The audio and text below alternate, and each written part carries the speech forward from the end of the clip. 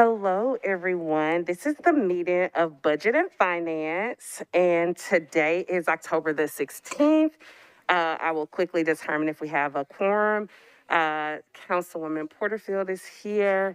I see Councilmember Cortez. I see former Councilmember Bob Mendez sneaking out the door. Thank you for joining us, Councilmember Mendez. I see, is Councilmember Druffel here? Councilmember Evans Siegel is here. Councilmember Gregg, Councilmember Gamble, Councilmember Huffman, Johnston, Kimbrough, Spain, Soror, Toombs, and Webb. So we do detect a quorum. We do not have anyone that signed up for public comment today. So, Councilmember Allen, I apologize. I have you marked here. We did not have anyone to sign up for public comment today. So we will go right into our agenda. Before we go into the agenda, I did want to just really briefly share some information with you all that I meant to go over at our last meeting. So congratulations for making it through your first Budget and Finance Committee meeting, as well as your first council meeting. I think you all by this time kind of have a good understanding of how the consent agenda works. But just as a reminder, if you have something that you would like to be pulled off of consent, you can be recognized and let the chair know that you would like that item to be pulled off of consent. Ideally, we do ask people to research their items and get any questions answered with the administration or the department prior to coming to the committee meeting so that you can have that information so that we can have a robust discussion here in committee. But if there are questions that you still need clarity on, or if there's anything that you would like on the record, then we do go ahead and address those questions in our committee meeting. And then lastly, I also wanted to make sure that people understood that, as you all saw in our last meeting, there are items that go before multiple committees. So if an item is before Budget and Finance, but it's also in front of another committee, then we limit our questions here to the fiscal questions with regards to the budget, the budgetary items. And then any questions dealing with like the programming, that would typically be in another committee. So I just wanted to make sure that we acknowledge that, and we will go ahead and get right into our agenda. So I will read through the bill numbers, and if you want anything removed from the consent agenda, please let me know. We have for the consent, RS 2023-43, 2023-44, 2023-46, 2023-47, 2023-50, 2023-51, 2023-52, 2023-53, 2023-54, 2023-56, BL 2023-1, BL 2023-4, BL 2023-12, and BL 2023-69. Did anyone have anything that they wanted bumped off consent?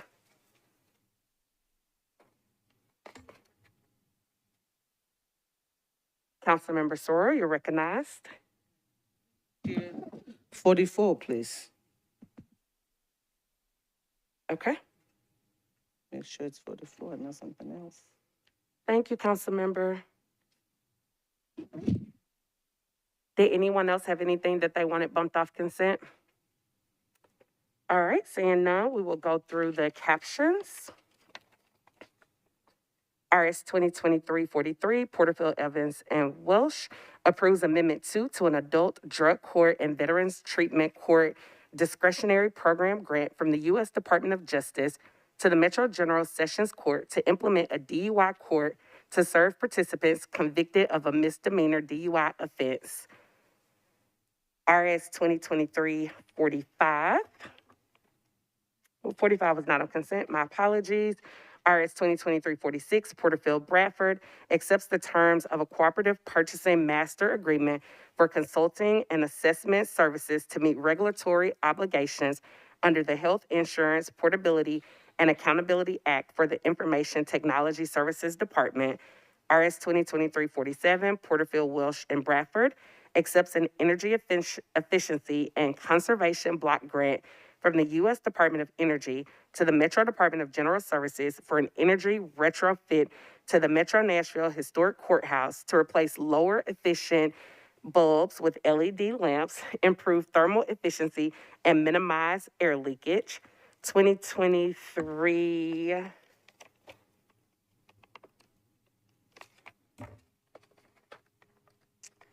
50, Porterfield, Evans, Welsh, and others, approves Amendment 1 to a grant from the Tennessee Department of Health to the Metro Board of Health to provide supplemental foods, nutrition education, and breastfeeding promotion to eligible persons to promote good health.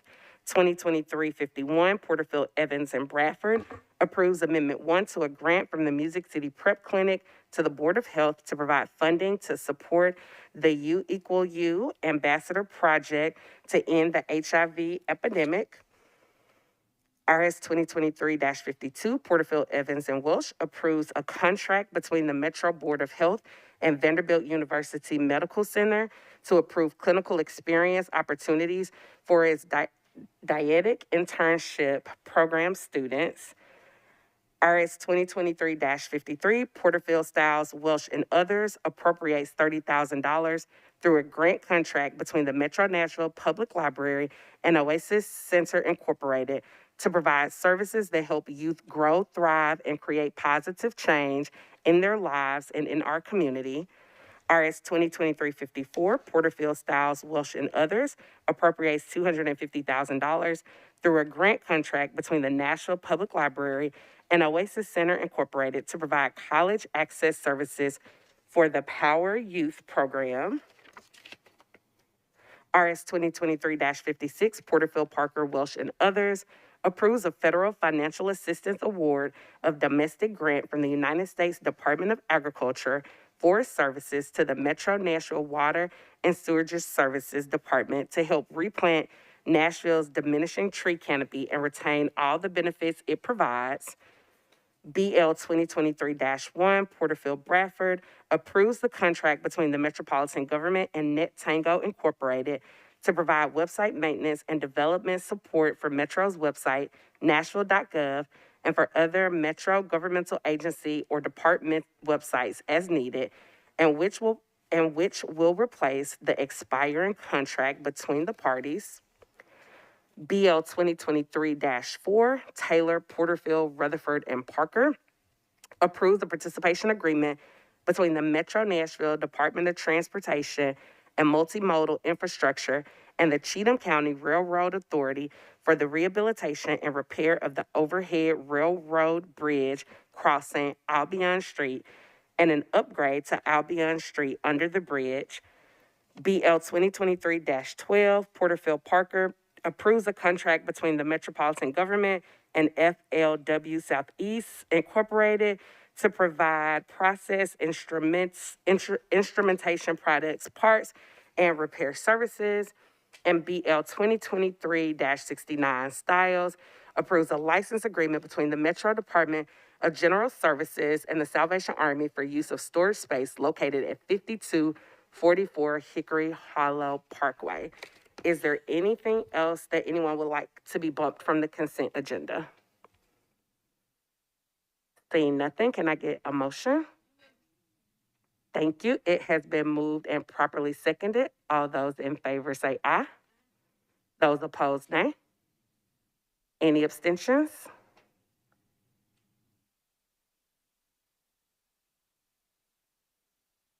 Okay, the consent agenda passes 13 in favor, 0 against, 0 abstaining. Moving on to RS 2023-44, Porterfield approves a contract between the Metropolitan Government and Tibera Development Group Incorporated to provide software upgrades, maintenance, and support services for e-filing systems in use by the offices of the Criminal Court Clerk, Circuit Court Clerk, and Juvenile Court Clerk. It's a mouthful. Can I get a motion? Is there a second? It has been moved and properly seconded. Is there any discussion? Councilwoman Swear, you're recognized. Thank you, Chair. Is there someone from procurement here What I noticed while looking through the analysis for all of the sole contracts or sole source contract is that the EBO does not apply. And so when you look at all of the check mark, looking at women-owned, minority-owned, it's not applicable to all of them. I just want someone to just tell us, because I know in one of the contract I was looking at, it was not a new contractor, but there was one that was a new contractor. I just want to know the process on record, how that is determined, and why we're not looking at that as we're doing our contract. Thank you, Councilmember Soror. We are looking to see who can answer that.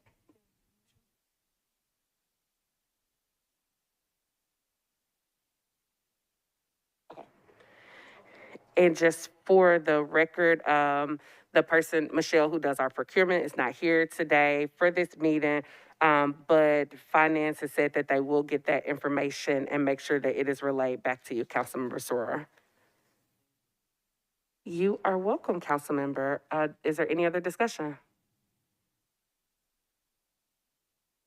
Seeing none, all in favor say aye. All opposed, nay. Any abstentions? Motion carries 13-0. Next, we have RS 2023-45, Benedict Porterfield Welsh and Soror approves the pathways to removing obstacles to housing grant application from the U.S. Department of Housing and Urban Development to the Metropolitan Commission to eliminate barriers to housing security, particularly for low to moderate income families. And we do have an amendment here. Oh, okay, great. So we will finish this item, and Michelle Lane did just walk in the room. So we will go back to that question. Michelle, if you don't mind hanging tight for us, we have a question for you. Thank you.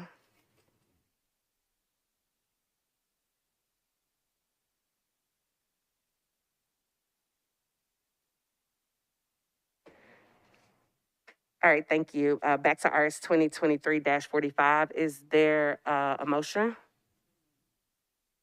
It has been moved and properly seconded, and we do have an amendment. Councilmember Toombs, did you want to be recognized or on the resolution, on the resolution or the amendment? Okay, are you good with us doing the amendment first? Okay. And is there anyone who would like to move the amendment? Is there a second?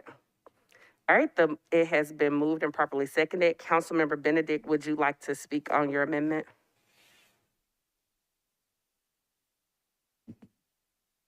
Thank you, Chair. So we spoke about this just a few minutes ago in planning and zoning. So what I'd like to do just in this committee, since you want to stick to just budgetary side of things, I would recommend Director of Housing, of the Housing Division, Director Hubbard is here to answer any questions of this committee. Certainly, I'd be glad to jump in if you want me to later on. So if that's okay with you, from just to keep it, since we discussed it in planning, I'd recommend everybody review that there, unless you have specific questions for me. Thank you. Can you just explain what the amendment is, Councilmember? Absolutely. So this is a grant for $10 million to HUD for a program called, and the amendment includes 2 additional letters to that grant. So this is the Pro Housing HUD program is a new program that's going to provide up to $10 million to Nashville per the grant application for affordable housing, for middle density housing, and the amendment includes 2 additional letters of support. Thank you so very much. Is there any discussion? Seeing none, all in favor say aye. Any opposed, nay. Any abstentions? The amendment passes 13-0. Now, is there any discussion on the resolution as amended? Oh, thank you. Councilmember Soror, you recognized. Thank you, Chair. I thought Councilmember Toombs was going to say something first, but my question, I've read through it and it's amazing. I went through the whole application and it's incredible. My question to the director is, looking at what it describes, did we identify any new services or things we'll be doing, or is the money just enhancing some of the stuff we already have on the books, or is there a new program coming on board with the 10 million?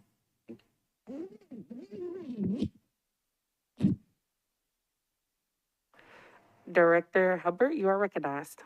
Thank you. So this is an unusual opportunity from HUD where they usually don't venture outside just awarding funds for sticks and bricks construction. What they're looking to do is fund work that's already underway in jurisdictions in some form or fashion.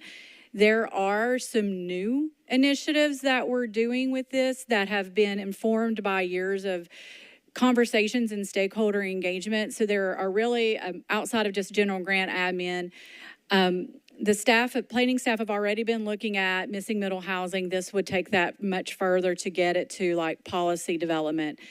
And Council Ladies, where I know with your experience with the Barnes Fund, we constantly hear about the capacity challenges.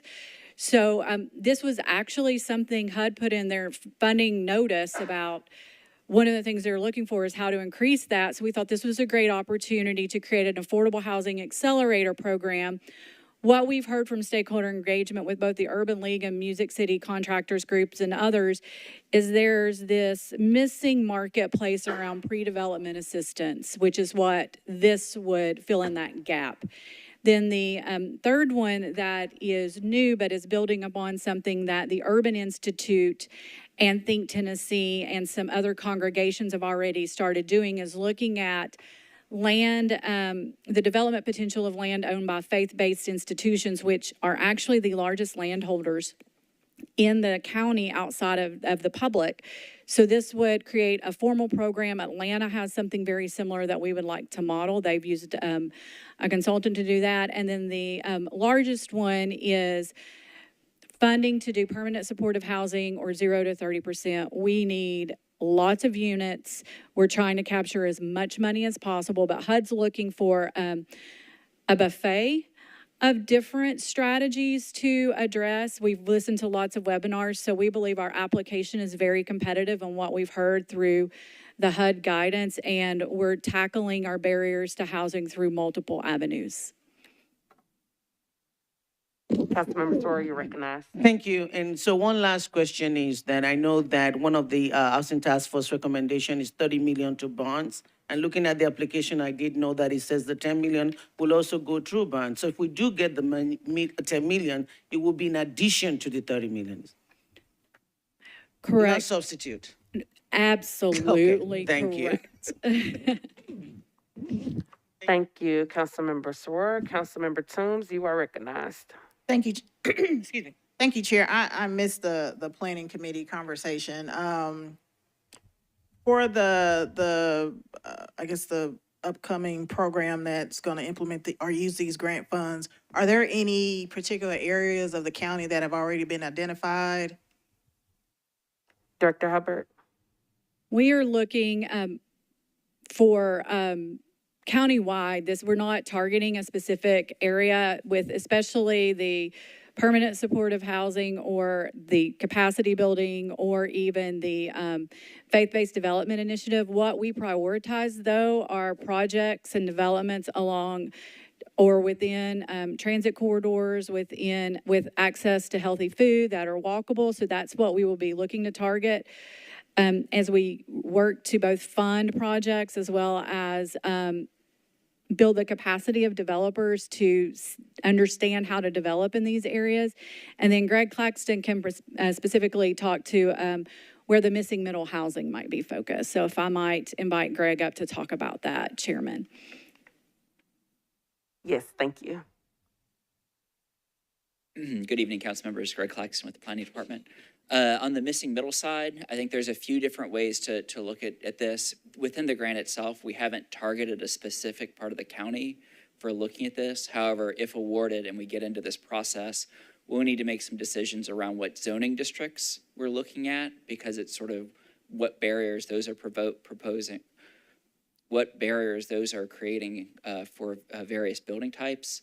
And so that may naturally kind of winnow it down depending on what's selected. If we look at detached accessory dwelling units, that could be a pretty wide part of the county. If we start looking at zoning districts like R8 or RM20 or RM40, that would kind of narrow down a little bit to something like the urban zoning overlay or the urban services district. But we don't have a specific target in mind for neighborhoods and parts of town.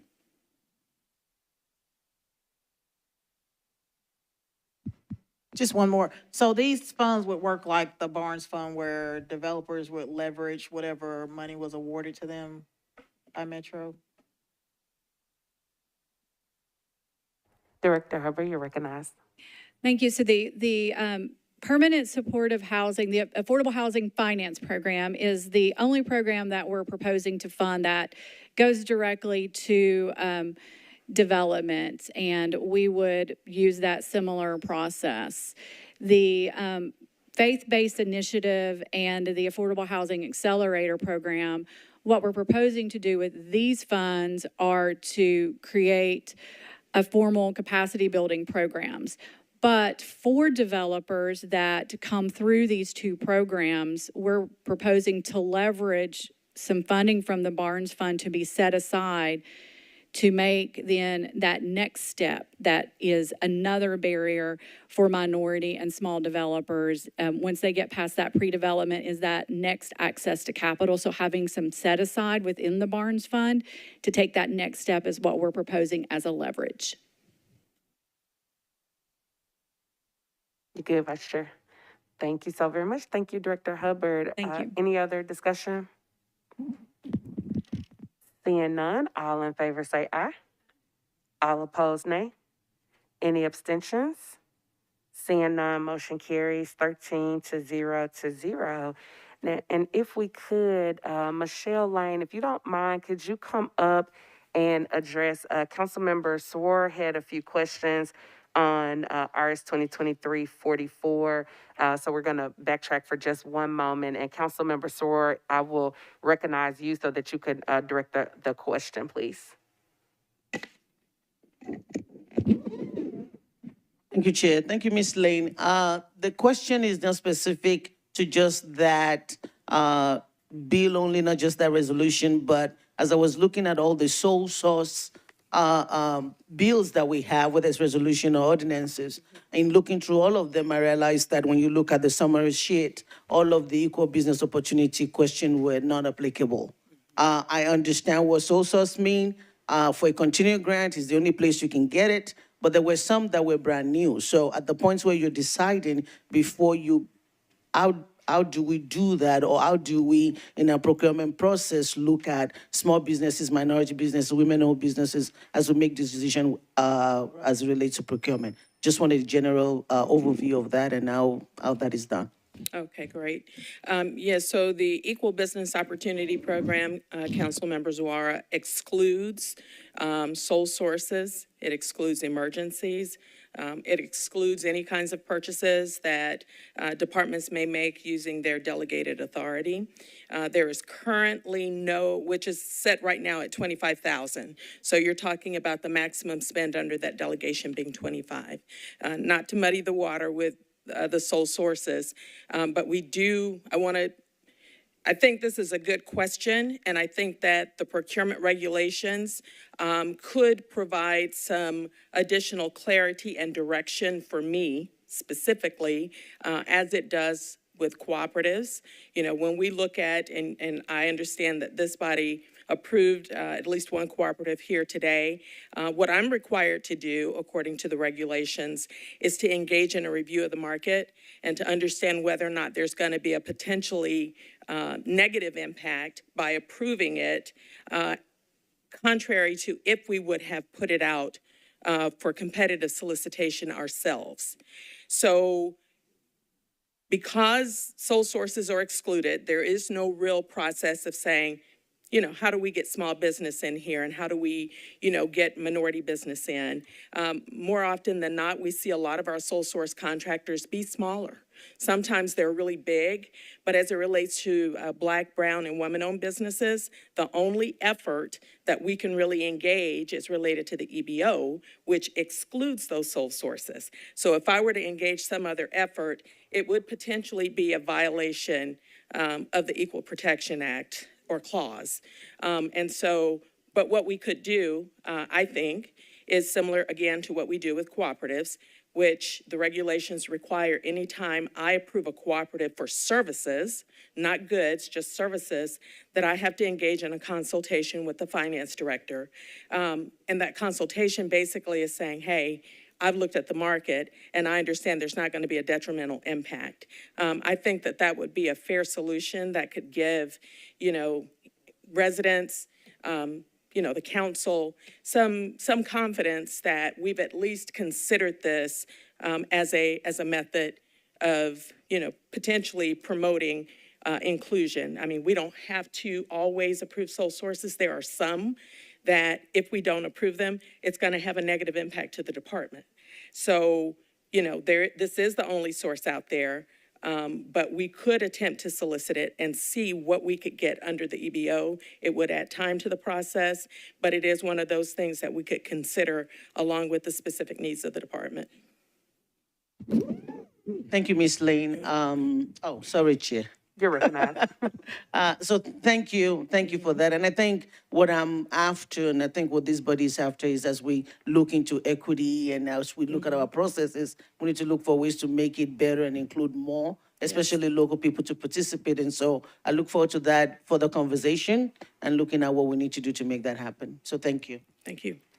And Director Lang, thank you so much for that. Before you head out, if you could, just for the benefit of the body, as well as we have half of our body are new council members, could you just briefly give an explanation as to what a sole source contract is and when it's appropriate for us to have a sole source contract? Sure. A sole source contract is one of those in which, it's been determined that the contractor in question is the only source of the service or the products that we're buying.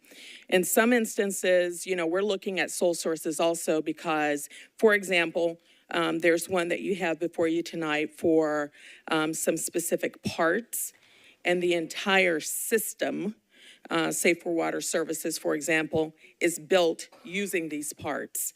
If we don't approve the repurchase of these parts, the detrimental impact to the department is that they would have to really reprocure a brand new system of parts for all of their water treatment plants or what have you, whatever the specific issue is at hand.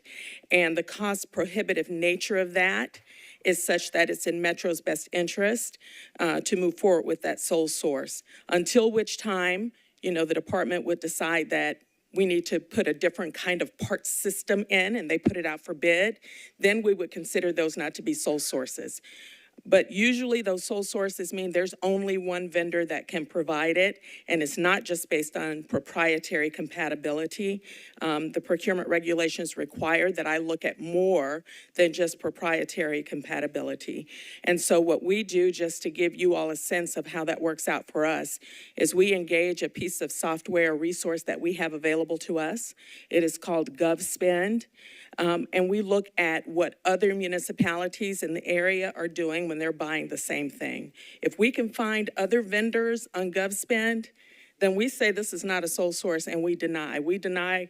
I say we because there's a team of us who are doing the research, but it ends up being my signature on the form. I deny a lot of them all the time because if I can find other vendors, then they're not the only source. But when they're truly the only source available, and the value of the resulting contract or purchase order is more than $250,000. So if it's $250,000 and a penny, then it has to come to this body for approval. Thank you so very much, Director Lane. I appreciate that. Thank you. Our next item, any further questions? All right, seeing none. Our next item on the agenda is RS 2023-48, Nash, Porterfield, and Welsh.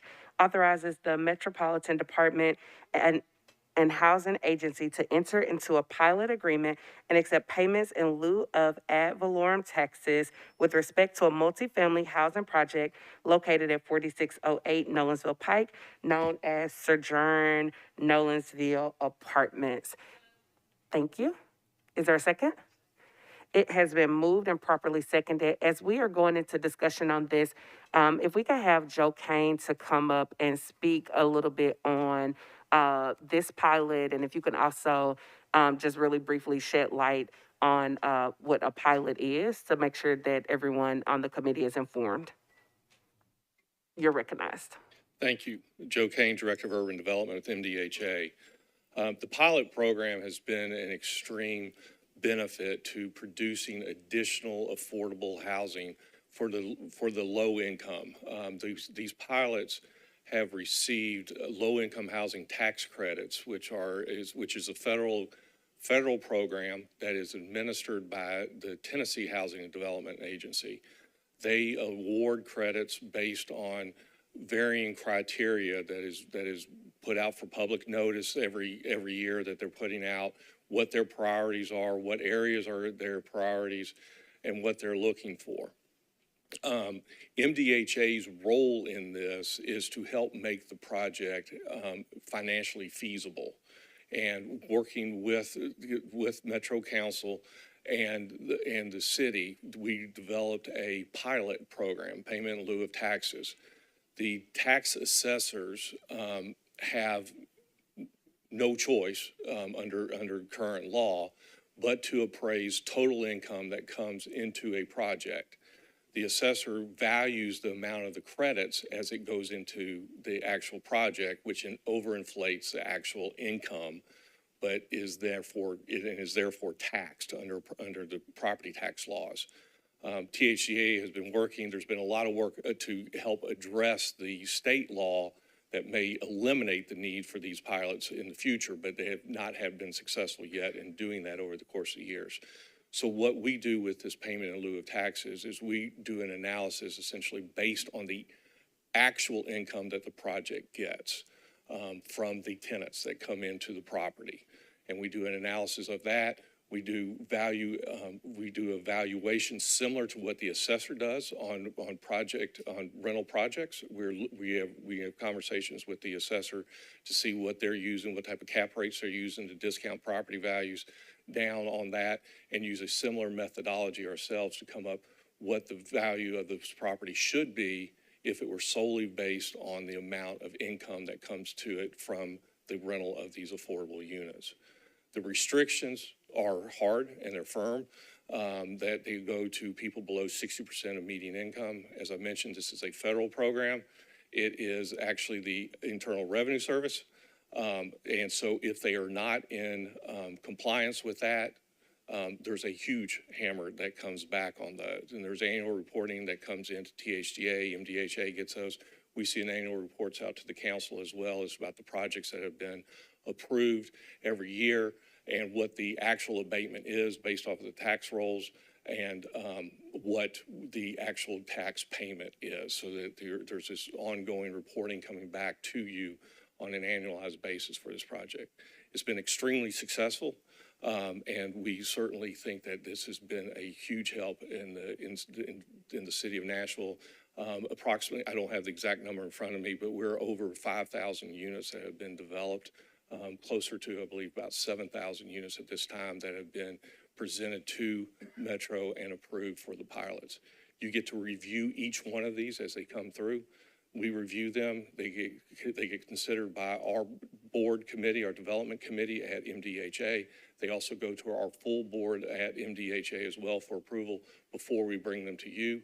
There's a review process that takes place as the planning department who reviews these to make sure that it's consistent with the overall plan of Nashville as well. And so there's lots of check marks that are going through on these projects to make them work. And this is a small piece that it goes through to help make it financially feasible and put these over the top to make them work. As you may have heard from a lot on affordable, it takes a lot to make affordable housing work. You have the Barnes Fund, you have You have housing vouchers that often go into these projects. You have the low-income housing tax credits as well, and there are multiple layers of financing to be able to make these work because the rents are so low in comparison to what market rate rents are here in Nashville. And that's a summary of the overall program. And I'd be glad to take if there are any specific questions on that before I go into this one specific project. Thank you. This one project is new construction, 170 units to be constructed. They are, it consists of 2 bedrooms, 3 bedrooms, and 4-bedroom units. So it's helping out some more of our larger families that need assistance with that through wells. 42 of the units are of 4 bedrooms with that. They will be paying property taxes of approximately $30,000 per year. This increases on an annualized basis of about 3% per year as it steps up on there. We have estimated that this property would pay, if it were true market rate, that the abatement is approximately $391,000 for this. This goes against the $2.5 million that has already been authorized to be able to negotiate individual pilots that are then come to council for approval. Thank you so very much. Does anyone have any questions for Director Kane? Thank you, Director. And then one more thing before we get into a little more discussion on this one. The Tax Abatement and Incentive Study and Formulating Committee will have a final update to their report that they are preparing. Councilmember Allen and Councilmember Toombs do represent us on that particular committee. Councilmember Allen or Toombs, would either of you like to be recognized to give any update to this committee?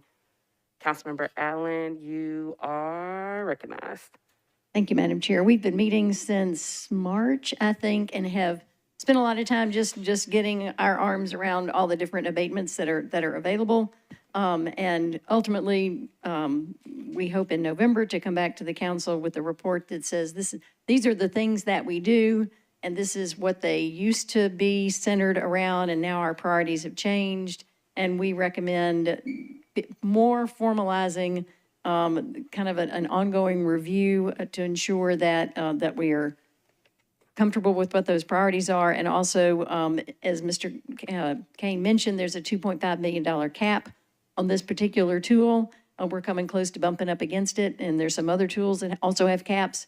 So this committee will not come back and say, we think the cap needs to be X, but we will probably come back and say, we think it's time for review of these specific programs and what those caps need to be. And this is one of them that we probably will recommend some immediate review on, because it's been very successful and we could do more if we weren't limiting ourselves. So more to come on that. Thank you. Thank you, Councilmember Allen. Councilmember Toombs, Vice Chair Toombs, do you have anything to add to that? Councilmember Nash, did you want to be recognized?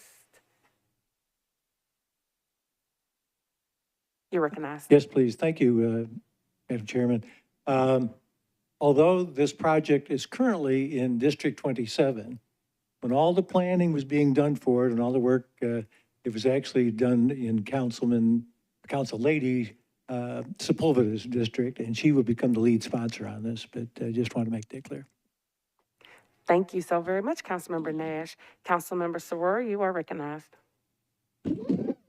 Thank you, Chair. And this is for Council, well, I'm not supposed to address Council Lady Allen directly, but in terms of the work that the committee is doing, I just wanted to check if they are, or if they can go back and include the 2.5 million is an annual limit for what we do every year.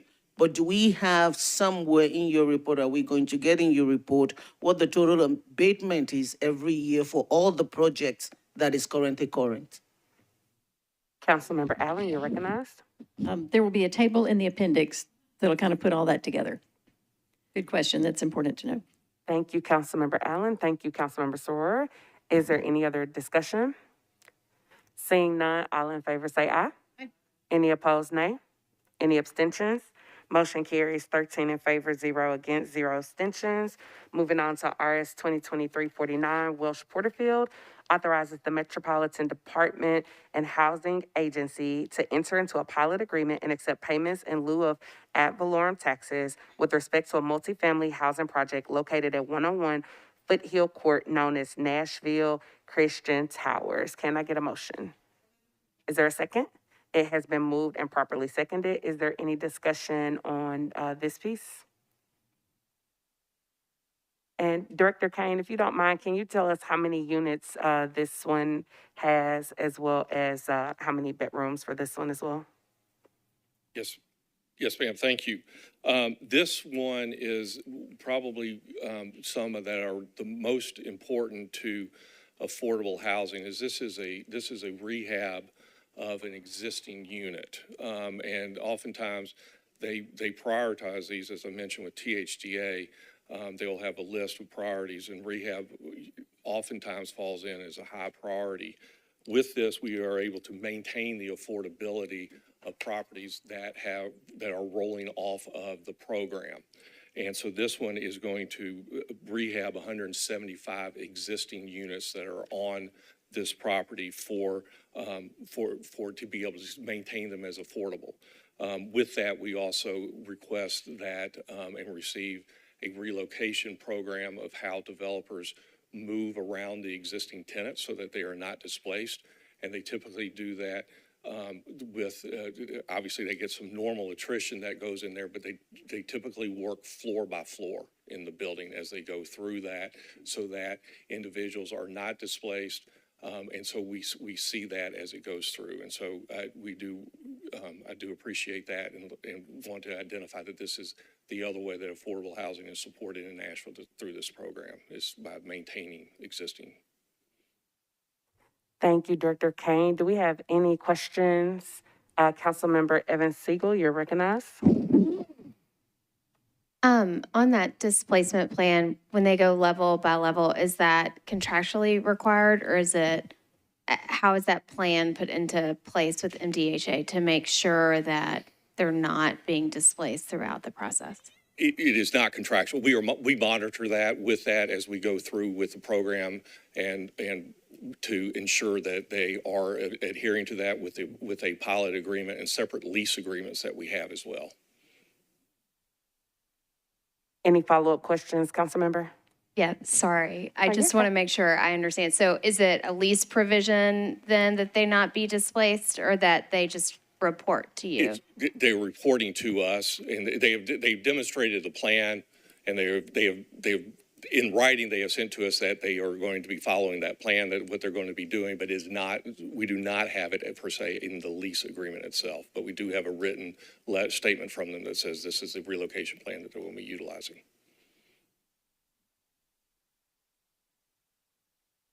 Sorry. So say they don't follow the plan and folks have to be relocated off-site, what typically would then happen? We have seen that in their plan, that they will relocate people off-site and then move them back in. So we have not seen any circumstances where they are not following their plan. We have seen some circumstances where they'll come to us and say, this floor is taking a little bit longer, and some other things, but we are doing this off of letter agreements essentially between them, and it is not, and like I said, we have not had any issues with these. We do probably 2 or 3 of these on an annualized basis and haven't seen a problem with them. Thanks. I would just love to see a copy of one of those if I could get Sure. Thank you so very much, Councilmember. Do we have any other questions? Director Kane, I just had one brief question. How was it determined at the end of the pilot which developments or locations will be rehabbed so that they can continue to be affordable? That's based on the individual developer. There is a land use restriction that is put onto the property that is recorded as part of that requires the affordability to be maintained. And so if the property were to be sold or transferred, that the affordability restriction would go along with that.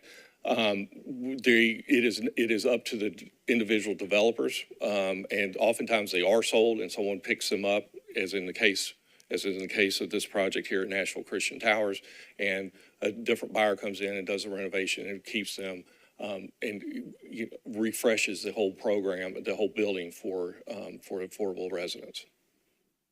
Thank you so very much, Director. Seeing no additional discussion, all those in favor say aye. Any opposed, nay. Any abstentions? Motion carries 13-0. Thank you so very much, Director. Moving on to RS 2023-55, Porterfield, Evans, and Nash approves a hotspot violent crime intervention fund targeted community crime reduction project grant from the Tennessee Office of Criminal Justice Programs to the Metro Nashville Police Department to provide support to local law enforcement in developing and implementing evidence-based strategies to combat violent crime. Can I get a motion? It has been moved and properly seconded. Is there any discussion? Councilmember Swear, you're recognized. Thank you, Chair. I'm going to start by apologizing if some of these questions were asked at the last meeting. I probably should have watched the video. But if they were, hopefully it will not take any time to answer me. So my apologies for that. But I do have a couple of questions. One, I know that the item in question is related to RS 2023-21. I would like to know what is the difference between the two. My next question is that in reading the analysis, it says that the money will be used to purchase equipment in addition to increase staffing. When I look at the budget attached to both of them, the only item on the budget analysis is salary. There's no equipment or anything else that was budgeted. So my question is, this equipment that we're talking about, would that be funded from other places? It also talk about having community partners. I want to know if the program has already identified those community partners, and would those community partners be reimbursed for their services? And then what is the final one that I have? There's required reports, OCJP quarterly and annual reports. I wanted to know if this will be sent to council as well. Thank you so very much, Councilmember Swear. And we're going to throw those questions to Chief Gilder, who's in the back. Chief Gilder, you're recognized. Yes, thank you. Chris Gilder, Metro Police Department. And you may have to repeat a couple of those. I didn't realize there was going to be so many, but let me start with where I do recall. So the question with respect to equipment versus salary and the fact that salary is only in this particular grant contract, just some background. This is a $4.5 million grant that is dispersed over different periods. This is the first disbursement. It is funding in order to pay for the project coordinator, which will be a lieutenant within the police department that's going to coordinate that. That's funds part of their salary. Part of it is also funding for the research partner. We are required by the grant to coordinate with a local university on a research partner. And I think this goes to your next question, which is the community partners. That the goal of working with the research partners to identify the issues that are driving crime in this community is 37207 zip code. And so we'll work with that research partner, identify those, identify which community groups can assist us with doing that. These are, most likely these are things like group violence intervention, programs like that. And so, yes, the funding is in part to fund work with those community partners. And again, that would be in a further disbursement that would again come before council. But this particular one is for the project coordinator and for the research partner. And I know you had something else and I missed it. I'm sorry. Councilmember Swear, you're recognized. Thank you. I think you got a bunch of them. I think by saying there will be more applications or more funding coming, then I think that answered it. So my question, though, the follow-up question is, this program, as you're describing it, is just the coordinator that will be a police officer. The rest of the violent interruption or disruption or whatever we call it will be done by community partner. Is that a true understanding? Correct. So this is the funding for the project coordinator, which is going to be a lieutenant. We've already identified the lieutenant who is over our Office of Community Outreach and Partnerships. That's the community coordinating group that works with LGBTQ groups, our El Protector program, the outreaches to those communities. And so that's the lieutenant that oversees that office is also going to be the one that's going to be the project coordinator for this. Yes, I think anticipate that most of that funding the remainder of the funding will be for working with funding the research partner and working with our community partners. There may be some other police department involved costs that are utilized. I anticipate things like PAL, the Police Activities League, being involved because they obviously do youth outreach and mentorship and things like that. But yes, those will be those future funding disbursements will come in other legislation. And that was your other question, I'm sorry, why this and the other one? Because this was announced, I don't remember the exact date now, the very end of July, I believe it was. We had to get the application in by August. It was right after the recess. And the state's aware of the fact that you guys recessed and weren't available. So one is the application resolution and one is the acceptance resolution. And unfortunately, because of the timing with changing over council, they all came together. So, Chair. You're recognized. Yes, and so, thank you. See, I got help here. Yes, there is quarterly and annual reports that I believe the research and data that will be collected, would that be sent to council? I'm happy to provide you any of the reports that were required to provide for the grant. Absolutely. I will recommend that as part of the reporting so that we can actually assess how it's working and everything that should be sent to council as it's produced. Happy to do so. All right, thank you. Yes, ma'am. Thank you, Councilmember Sora. Councilmember Toombs, you are recognized. Thank you, Chair. So the council we have funded a couple of violence interruption programs. Like we've done the group violence interruption with the Urban League, and we've partnered with some other nonprofits. I know we have the community partnership safety. I always call it something different. Community safety division within the mayor's office, and there's a person that's in charge of that. And so my concern is folks working in silos. Wondering if with this coordinator that the police are going to hire, is there going to be some overall coordination between all of these programs so that we're getting good data and good results? Deputy Chief Gilder, you're recognized. Yes, ma'am. That's a good question. And that's part of the reason that we wanted to utilize somebody in-house who is familiar with that.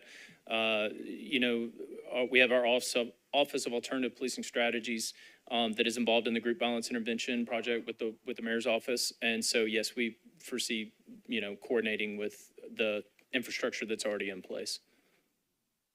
Vice Chair, do you have any follow-up questions? Not at the moment, but I will have some follow-up, but not right now. Thank you, Vice Chair. One moment before you leave, Chief Gilder. I just had one clarifying question.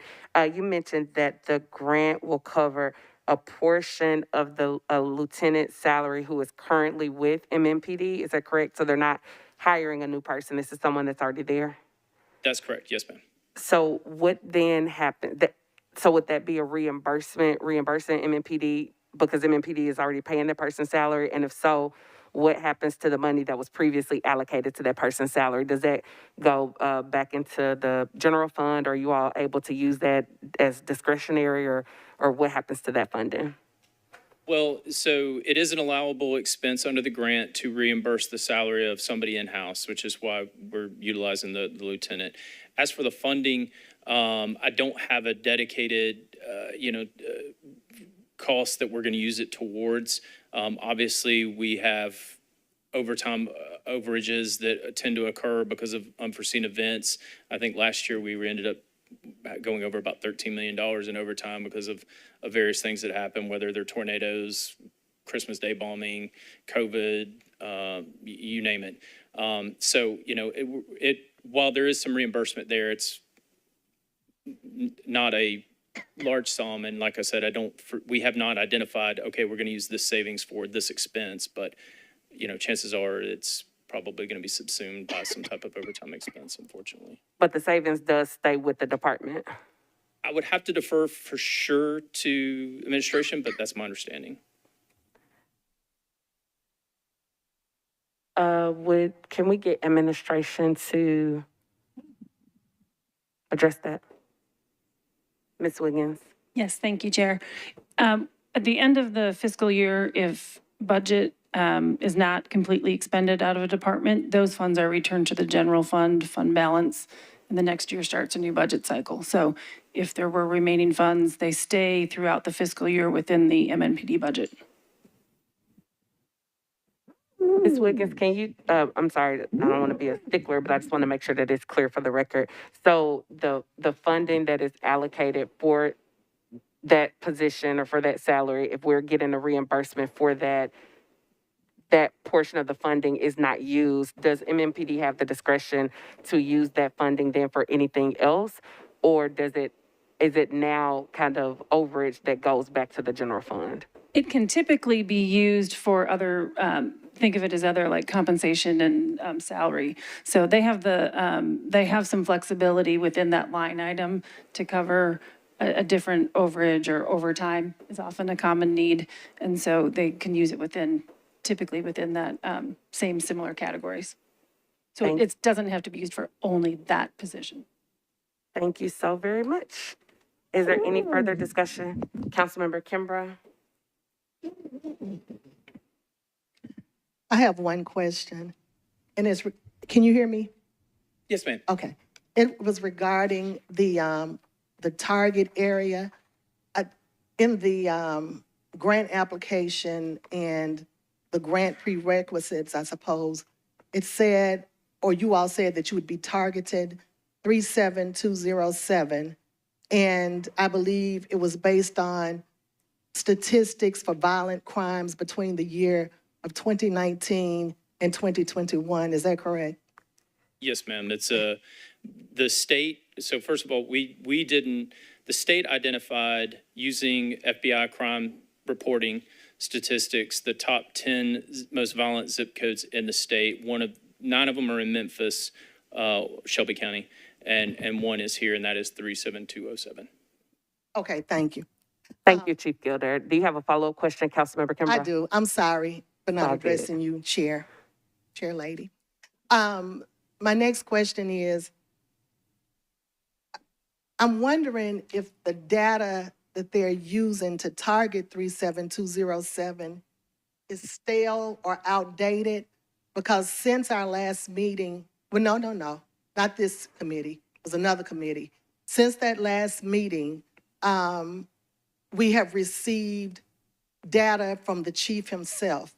He sent out stats regarding violent crime and other crimes as well.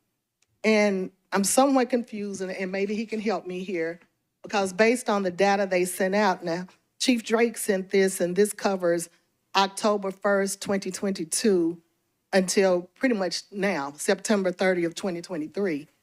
And he identified, or let me not say him, the Metro Police Department identified, they did it by districts. They identified District 19 as having the highest percent of total violent offenses. And I mean, I don't think the rest were even close. That was 10.1%. And that's our most recent data. And I guess one of the reasons I'm confused is because, as far as I know, none of 37207 lies in District 19. Now, I am new, I could be mistaken, but I don't believe I am. But that's the data that the police department themselves provided. And they went on to talk about, or to quote, the percent of total, well, they said total calls for service. Even in that category, District 19 is far greater than any other district at 11.8. Property offenses, District 19 is at 13%, which is more than any other district. So first, I'd like to ask that maybe he can help with that discrepancy. Them saying we're going to target 37207 based on their high, these excessive violent crimes, but when you get the most recent data, it points to District 19, and I'm just reading what I got from their department via email, and maybe he can shed light on that. Thank you, Councilmember Kimbrough. Would you like to respond, Chief Gilder? Sure. I think we're not comparing apples to apples here. So District 19 is a small area within a zip code. I don't know exactly which zip code that is. I know 37207 is comprised of a little bit of District 1. It is mainly comprised of Districts 2, 3, and 5. So it's a larger, broader area. I've not run the data for the violent crime data for that district in the interim or during the last year. I'm happy to do that for you. But I think it's, again, you're not looking at the same thing when you're looking at just District 19 versus a bigger, broader area that encompasses 37207. Councilmember Kimbrough, do you have a follow-up question? I do have one. I also,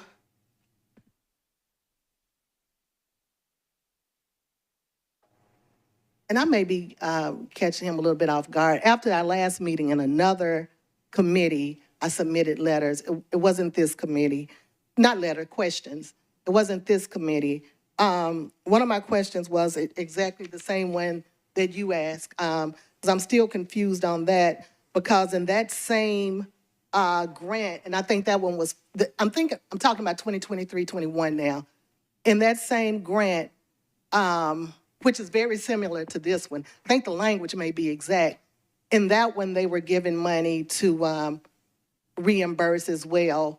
And I sent a question regarding reimbursement, which is, since this grant will be utilized for reimbursement of salary for the project coordinator, like here, as described in the program description, does that free up $675,000? I was talking about the other one at that time, of previously earmarked money for the person who is or will serve as the project coordinator? If so, where will that money go? If not, please explain how this reimbursement works. So I don't understand this whole reimbursement thing, because both grants, which are identical in language as far as the application, involve reimbursement. Then my other issue, of course, was the PAL program. Because I had concerns about us previously. We had a PAL program. It was dissolved due to some allegations of impropriety involving an adult and a child, sexual impropriety. And I don't know if that resulted in some type of settlement or suit. I don't know, but I know the PAL program was dissolved. But I specifically asked, and I have not had this answered, about safeguards for these children between the ages of 10 and 19, and those are the ages they gave when they're in this program. I'm concerned about that. And I even found just a couple of stories nationwide where there are some significant settlements involving this. One, it was over $200 million involving the Police Athletic League. And by no means, I want to clear up, I'm not talking about impropriety on the behalf of the sworn police officers. I'm not talking about that. I'm talking about when they are bringing others in, maybe nonprofits, maybe not nonprofits, I don't know, but not sworn personnel. I am concerned about the safety of these children, and I do want to know, and I think that should be a fairly simple question with a fairly simple answer, what safeguards do you have in place for these children, usually vulnerable children? I'd like to know about that. But I'm still not clear, and maybe we can get something in writing. I'd like something in writing involving the reimbursement, because I'm not clear on that. And I'd like something in writing involving the safeguards that are in place for these children. Thank you, Councilmember Kimbrough. So Thank you. I think I caught 4 questions there. The first question was with regards to the companion bill, RS 2023-21. So that was for the application, and that's the application for the grant, and this is actually accepting the grant. So it's not a duplication of funds. The first one just saying that we're accepting the application, they can apply, and then this one is saying that we are accepting the grant. If it's approved, that we are accepting the grant that we just previously approved the application for. Wait, you say that one more time. Say that one more time, please. So am I explaining that correctly? Okay, I'm gonna let Director Darby explain it. I'm gonna do it one more time, but I'm gonna let Director Darby do it. So basically, what we passed at the last meeting was the companion bill to this, and that was the application. So first we pass something that's approving the application, and then we are passing whether we're accepting the grant. So first we have to apply for the grant, and then if we get the grant, we accept the money for the grant. And those are two different Two different resolutions, but the Numbers. same pocket of money, different resolution numbers because they're for different things, but it's for the same pocket of money. And then the next question was about the reimbursement, wanting clarity around the reimbursement, which Deputy Chief Gilder stated that they're not sure where that money is going to go just yet. But I will let Chief Gilder answer that. And then the third question was, what are the safeguards around the PALS program? And Chief Gilder, did you mention that the PALS program would be a part of this? And then lastly, if we could get Councilmember Kimbrough's questions back to her in writing is what the request was. And you are recognized, Deputy Thank you. Chief. I want to bring a notepad up here. I think actually I've addressed, Ms. Darby, I believe these were the questions that I responded to Ms. Darby. And I did just get those to her this afternoon. But in brief, the reimbursement, you are correct. That's what we were discussing a second ago. The reimbursement is going to partially fund the project coordinator's salary. The savings experienced because of that reimbursement is, like Ms. Wiggins just explained, will reside within our budget until the end of the fiscal year. I don't have a dedicated use for those savings. But like I said a second ago, I anticipate that given, historically we have unexpected overtime costs that, are not planned and budgeted for because we don't know that we're going to have things like a bombing, COVID, covenant, things like that are incurred that probably would consume those savings if I had to guess. With respect to the protocols that are in place for PAL, there is a special operating procedure that is in place. It's kind of lengthy. I copied those provisions out and sent them in my email to Ms. Darby.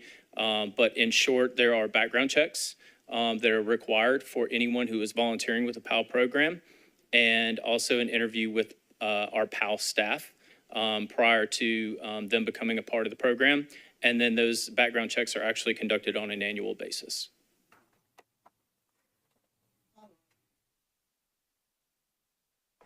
Councilmember Kimbrough, you're recognized. Yes, I just want to ask this. Is that something different than what was in place years ago when they had to dissolve the program? Is this something new, these new safeguards? These safeguards, are they new or are they the same? Deputy Chief Gilder. Unfortunately, I can't speak to the procedures they had in place back then.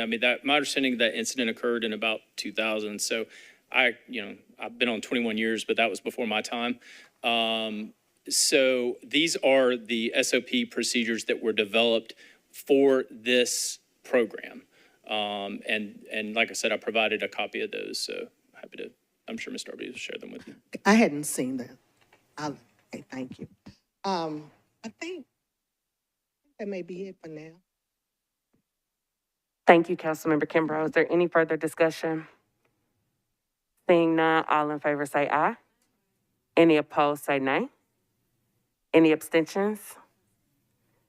All right, motion carries 10 in favor, 0 against, and 1 abstention. And we have just 2 more items, y'all. BL 2023-2, Porterfield Evans approves an agreement between the Community Foundation of Middle Tennessee, United Way of Greater Nashville, and the Metro Office of Emergency Management to support disaster recovery efforts. Can I get a motion? It has been moved and properly seconded. Is there any discussion? Seeing none, all in favor say aye. Any opposed, nay. Any abstentions? Motion carries 10 in favor, 0 against, and 0 abstaining. And that actually was the last item on the agenda. And one moment. And then Chief Gilder, if you could come up And this item is not on the agenda. This was on last week's agenda, but I wanted to give Chief Gilder the opportunity to just circle back to the questions that were asked at our meeting. And we are taking a little bit more time, y'all, because everybody is a little new right now. We just want to make sure that everybody is understanding, which is why we took a little more time today to talk about pilots and the different tools that we have available for us. So typically our meetings will go a lot faster than this, but I just want to make sure that you all have the resources that you need.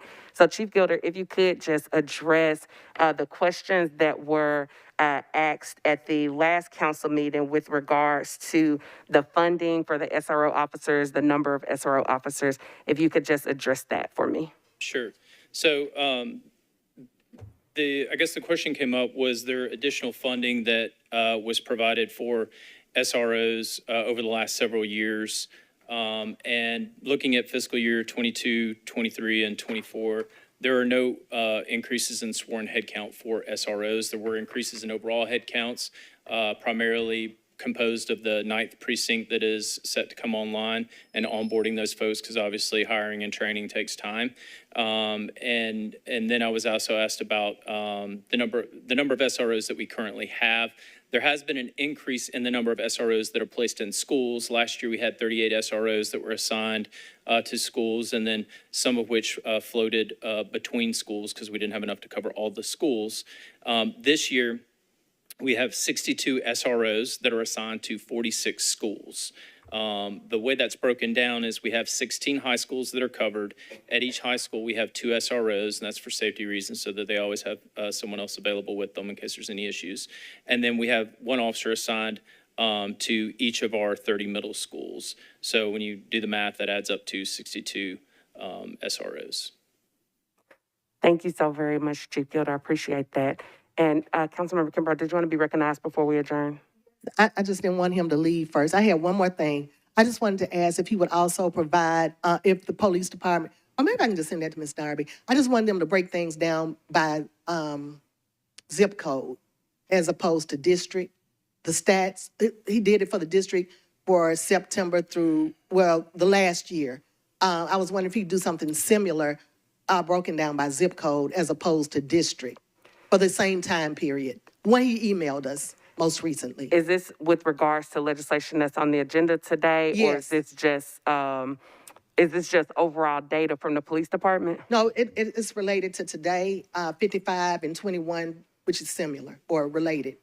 But yes, today's agenda, I think Okay, today thank was you. 2023, 55. If he provided, he emailed everyone the stats regarding violent crime, et cetera, for the last year. And I was wondering if he could do that, the same categories, but just break them down by zip code instead of council districts. Because as the chief, this gentleman explained, he was saying that we're speaking on districts when really they're asking regarding zip codes. So I'd like to see the zip codes, please. Do you understand my question? We got you, yes, ma'am. Okay. All right. Thank you, Council Member. And Director Darby, can you make the request to Chief Drake? Thank you so very much. And with that, we are adjourned. Thank y'all so much.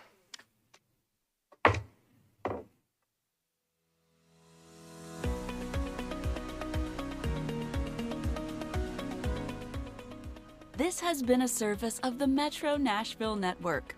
If you would like to see this presentation again, or for more information on this and other programs, visit nashville.gov.